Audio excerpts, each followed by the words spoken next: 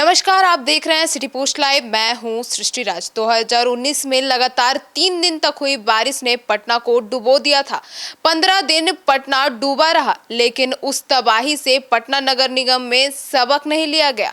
जी हां, उनके बाद भी निगम में कई मशीन खरीदी गई, कैमरे लगाने के दावे किए गए, मगर जब बारिश हुई तो यह सभी दावे फेल होते नजर आए। जी हां, क्या है पूरा मामला, इस पर जानकारी देंगे और बातचीत करेंगे हम सिटी पोस्ट लाइव के मैनेजिंग एडिटर श्रीकांत प्रत्यूष।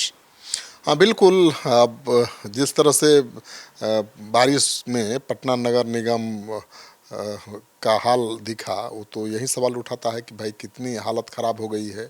और 2019 में 3 दिन तक बारिश हुई थी और पटना डूब गया था। 15 दिन तक पटना डूबा रहा और मुझे याद है कि मैंने तो छाती भर पानी में घुस घुस करके कवर किया था।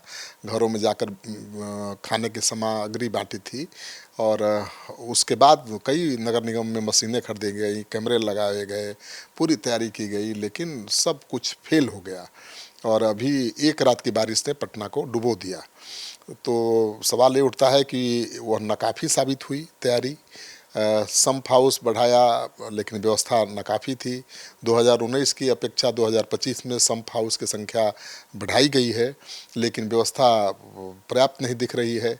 मोहल्लों में सड़कों की खुदाई से ही यह व्यवस्था पर भारी पड़ गई है और पटना में 14 घंटे तक लगातार हुई बारिश ने शहर की सूरत बदल दी है। आपने देखा ही है, शहर का कोई ऐसा इलाका नहीं बचा था जहां जल जमाव न हुआ हो। रेलवे स्टेशन, सड़क, गली मोहल्ले, पार्क, हर जगह सिर्फ पानी ही पानी कल नज़र आ रहा था। तो लगता है कि 2019 से सबक नहीं लिया नगर निगम ने, सिर्फ दावे किए और उसकी तस्वीर दिखी आपको कि क्या हाल रहा पटना का। तो सर, क्या मेट्रो में काम के कारण भी हुआ है जल जमाव हुआ है? देखिए, मेट्रो का काम चल रहा है तो पटना में मेट्रो का काम को लेकर काफ़ी जगहों पर खुदाई भी की गई है। इसके निर्माण के कारण शहर में कई जगह गड्ढे खोदकर छोड़ दिए गए हैं और निर्माण सामग्री भी जगह जगह पर रखा गया है जो आसपास के नालों को चोक कर रहा है और जल निकासी को रोक रहा है। शहर में कई जगह लोग नालियों के ऊपर अतिक्रमण कर चुके हैं। कुछ दुकानदार भी अपने ठेले नाली के ऊपर लगाते हैं, जिसके कारण कचरा डायरेक्ट नाली में जाते हैं और उसे चोक कर देते हैं। इससे जल निकासी नहीं हो पाती है और इन नालियों के ऊपर से अतिक्रमण नहीं हटाया जाना जल निकासी का एक बड़ा कारण है। तो सर, राजधानी में जो जल जमाव की स्थिति है, जो ना बनने, इसे लेकर बुडको की ओर से इंटीग्रेटेड कमांड एक कंट्रोल सेंटर जो कि आईसीसीसी में विशेष कंट्रोल रूम बनाया गया था, क्या है यह काम क्यों नहीं आया? देखिए, इसका मकसद था कैमरों के जरिए शहर में जल जमाव वाले इलाकों की निगरानी करना। इसके लिए कई छोटे बड़े नालों में 16 कैमरे लगाए गए थे, लेकिन ये कैमरे भी फेल हो गए और शहर पानी पानी हो गया।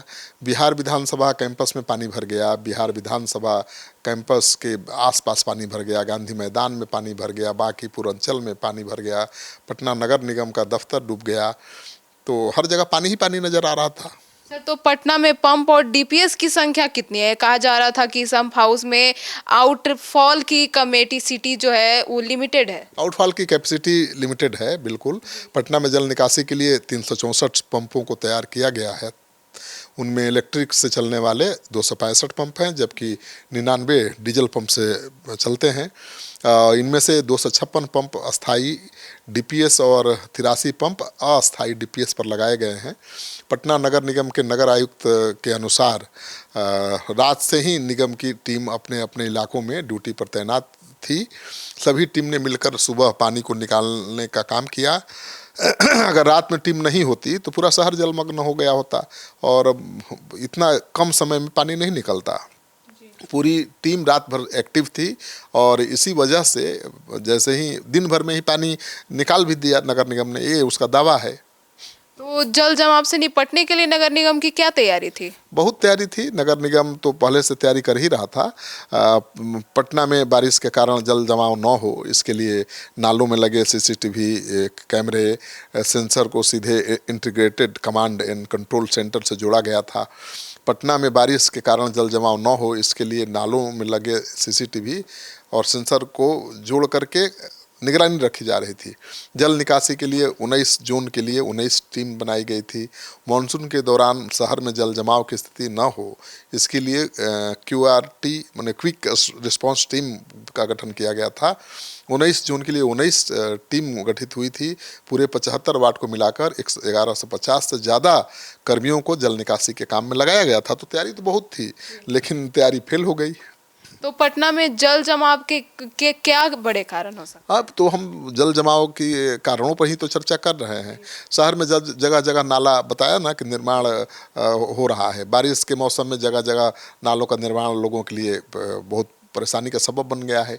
आधी अधूरी बनी नालियों के कारण बरसात में मौसम में पानी निकासी नहीं हो पा रही है। एक नल दूसरे से कनेक्ट नहीं हो हैं, जिस कारण पानी आगे भी नहीं बढ़ पाती। नालों में कचरों का होना, निगम की ओर से नाला उड़ाही मानसून से पहले तो की गई थी, मगर उन लोगों की लापरवाही भी कई हद तक काफ़ी हद तक जिम्मेवार है जल जमाव के लिए। कांच और प्लास्टिक की बोतल, पेपर सहित कई सामान लोग ऐसे ही नगर पालिका के डस्टबिन में कंटेनर में नहीं डालकर खुले में फेंक देते हैं और वो सब नालियों को चौक कर देते हैं। नालियाँ चौक हो जाएंगी तो पानी की निकासी तो होगी नहीं, तो समस्या आएगी।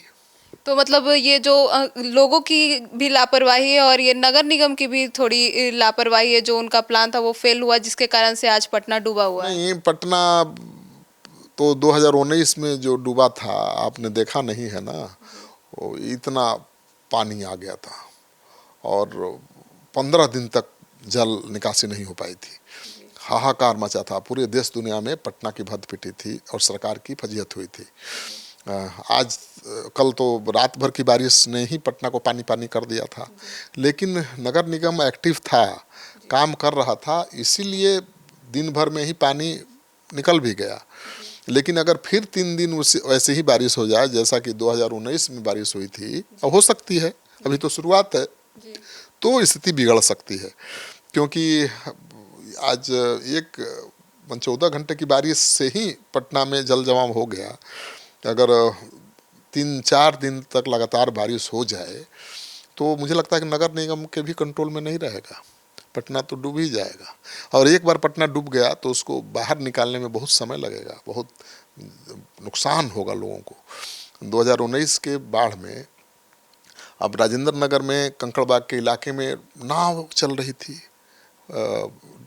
लोग अपने घरों की छतों पर आसरा लिए हुए थे, शरण लिए हुए थे। ग्राउंड फ्लोर पूरी तरह से डूब चुका था। दुकान हो, हॉस्पिटल हो, क्लिनिक हो, घर हो, सब तबाह हो गया था।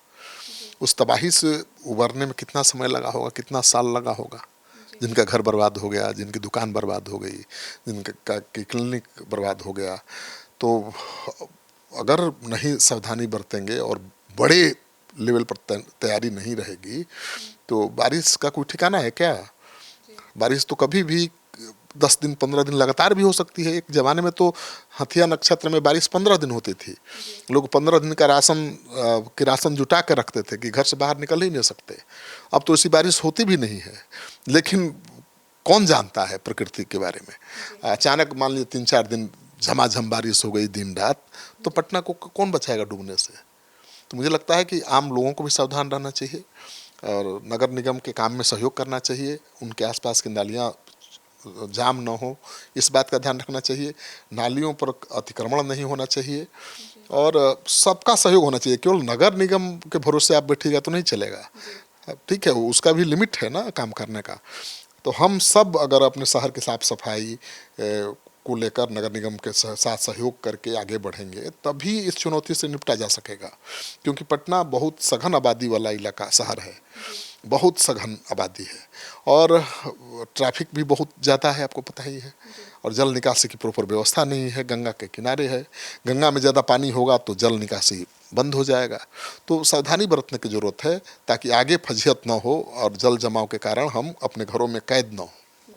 तो सुना आपने कि क्या कुछ सलाह दिया हमारे मैनेजिंग एडिटर श्रीकांत प्रत्यूष जी ने। तो इस पर हम सभी को भी ध्यान देने की ज़रूरत है और नगर निगम को भी इस पर, नगर निगम काम कर रही है और उसको भी इस पर ध्यान देने की ज़रूरत है। तो फिलहाल इस खबर में इतना ही।